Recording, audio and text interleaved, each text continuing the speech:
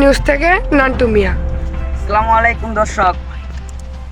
Zirabo Munshi market এলাকায় মূলত নদী ভাঙ্গন দেখা দিয়েছে। আমি এসে পড়েছি চট্টগ্রাম থেকে মুন্সি মার্কেট এলাকায়। তো নদী ভাঙ্গনের ফলে ক্যামেরাম্যান একটু দেখান দর্শক।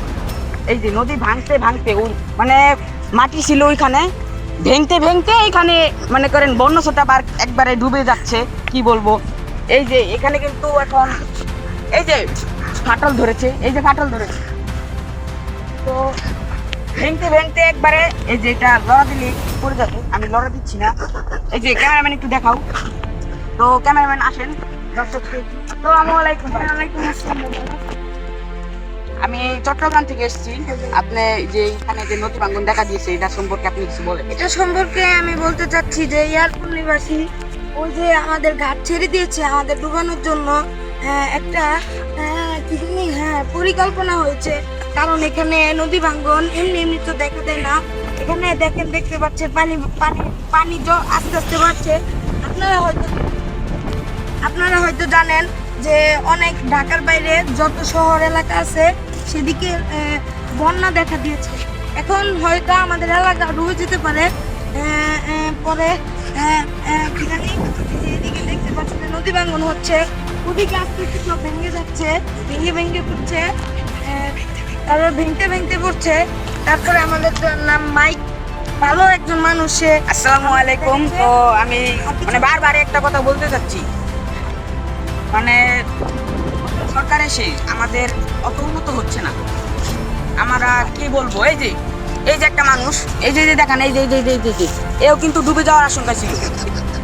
তো অনেক কষ্টের ফলে বাঁচা গিয়েছে। তো আমার মনে হয় না, আমার মনে হচ্ছে তো আমাদের ঘর বাড়ি ডুবে যাচ্ছে। এই যে দেখেন বিল্ডিংটা দেখেন, এই যে বিল্ডিংটা দেখেন, পানি উঠেছে বিল্ডিংয়ে। কয়েকদিন পরে জানালা ডুবে যাবে, বাড়িঘর ডুবে যাবে। তখন আমরা কোন জায়গায় থাকবো? ছাদের উপরে থাকবো। জি দর্শক মন্ডলী, ছাদের উপরে থাকবো।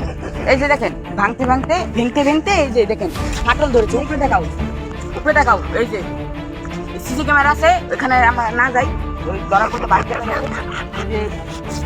এই যে এখানে ভেঙতে এই যে এটা কয়েকদিন পরে ডুবে যাবে। এই পার্ক নিয়ে কিছু থাকবো না, জায়গায় ঘুমো আমি। এটা গেছি আমার কম নাই। তো বলতে চাচ্ছি তো ভেঙতে বনসটা দেওয়ার পর্যন্ত চলে আসছে। এটা আমি কি বলবো আর, মানে এটা তো রড সিমেন্টে তৈরি করা হয় নাই। যখন শেখ হাসিনা ছিল তারপরে বনসটা পাটটা তৈরি হয়েছে, মানে শেখ হাসিনা যাওয়ার পরে তৈরি হয়েছে। তার জন্য ভালো ইট সিমেন্ট দেওয়া হয় নাই, মনে করেন ডুপ্লিকেট ইট সিমেন্ট দেওয়া হয়েছে। তার প্রমাণকে আমি বলছি যে আপনি দেশের দিকে চলে যান, দেশের দিকে চলে যাচ্ছে না। আমি এখন কি বলবো, তো আমার মনে হয় জাইমা রহমান কাজটা নিলে খুব ভালো হয়, কাজটা দিতে চাই। তো আঙ্কেল আপনি কিছু বলতে চাইলে বলেন। এখন আমাদের দর্শক ভাইরা দেখছেন, তো আমরা প্রধানমন্ত্রীকে বলতে চাচ্ছি যে ওই যে আমি আরেকটা জিনিস দেখাচ্ছি, ওই যে পকট করে হাসপাতাল চলে যাচ্ছে, ওই যে দেখেন। হ্যাঁ এবার বলেন।